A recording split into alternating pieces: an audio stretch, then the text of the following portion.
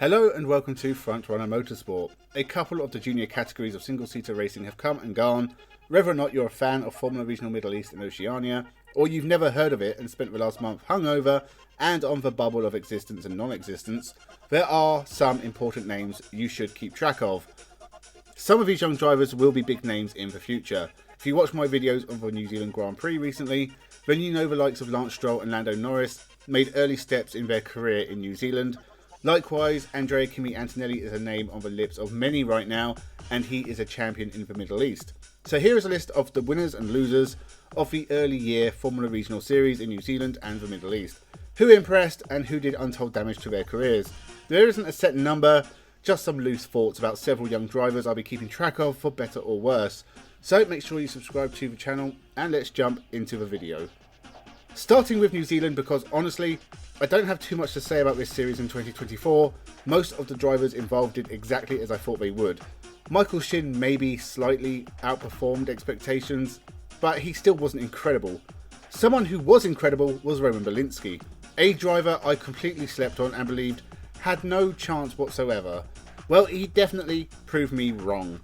It wasn't just the fact he took the title with relative ease, it was the manner at which he won it, often pulling off exceptionally good overtakes and beating a more experienced Formula 3 driver in Christian Mansell.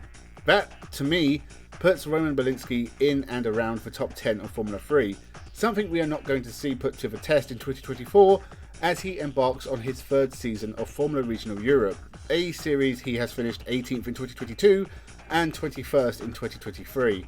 Still with Trident, his career depends on a big jump in performance in 2024. Liam Skeets was impressive, but I don't see him being a top driver in Europe.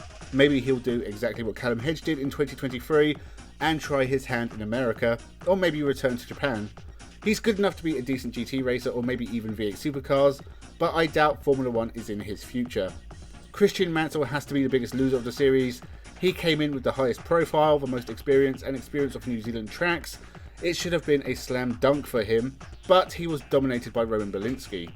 The several American and Canadian drivers taking part as well did not put in good performances, and most were fairly anonymous, with the exception of Patrick Woods-Toff, who has to be one of the most exciting talents in the field.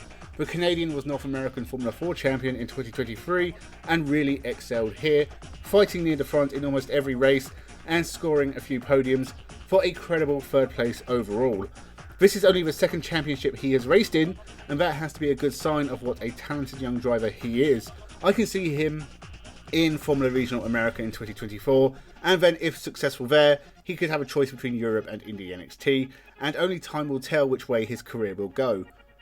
So on to the Formula Regional Middle East. This was a much more complicated series to judge, with a lot of players from different levels of the sport, with Formula 3 drivers like Taylor Barnard taking part against Formula Regional European drivers like Rafael Kamara, and Formula 4 levels drivers like Zachary David, the last of which quietly impressed throughout the series and put in some good consistent performances, staying out of trouble and ending the championship in 4th. He is the best Maltese race driver I've ever seen, possibly only. The real star has to be the Tiger, Tuukka Tarppanen. This was his first championship win and he completely left everyone else in his dust. Even a top driver like Taylor Barnard, who you'll see in Formula 2 with PHM in just a couple of weeks from now. Tarppanen will be in the Formula Regional Europe, and on the back of his performances here, he has to be one of the favourites. One further down the field that impressed me was Brando Badoa, the son of Formula 1 driver Luca Badoa. He got mixed up in a few incidents, but for someone as young and inexperienced, he was often mixing it near the front of the field. I can't call Taylor Barnard and Rafael Kamara big losers here. They did finish second and third. They maybe underperformed a little, but they probably did about as expected. Barnard is a very good race driver, and I look forward to seeing what he can do in Formula 2. So, who were the big losers in the Middle East? Well, James Wharton was Formula 4 U.A.E champion last year, beating Tuukka Tarppanen to the championship, and he has dropped a long way behind him in just a year. He had a couple of crashes too. It was just a messy campaign for the Australian. But the biggest loser for me has to be Ugo Ugachukwu, and it's a problem with hype. I'd compare him to Dino Beganovic, a driver who came in with a lot of hype behind him and consistently disappoints. Ugachukwu is on the same path as Tuukka Tarppanen, James Wharton and Zachary David, and he lost out to all of them. The Euro 4 champion is going to be in Formula Regional Europe next year, and he has to do better in that than he did here. He did take a few podiums, but he only just outscored Martinius Stensorn, who missed 6 races.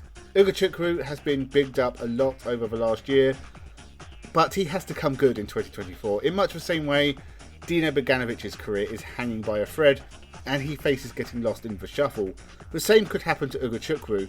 He's a McLaren Academy star, and that could be a golden ticket. Fail to perform, and they won't hesitate to drop you. I think Ugochukwu's 2024 run in Formula Regional Europe could be hugely important.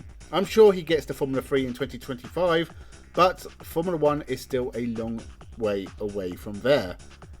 Just quickly, I'd like to mention a couple of Formula 4 U.A.E drivers who impressed. Obviously, champion Freddie Slater, who I would not pick out as an early favourite. A hard-fought championship win, he could be a star in the future. The other title contenders impressed as well. Keanu Al-Azari is the best young prospect the Middle East has ever produced, in my opinion, and I look forward to seeing what he does next. Keen Nakamura Berta could have been champion if not for some bad luck, but he was impressive nonetheless. Finally, Dorian Pin, the World Endurance star, took a win and put in some good performances. She has a lot of options open to her. F1 Academy is going to be a good test of her talents. So, who impressed you? Who disappointed? Let me know in the comments below.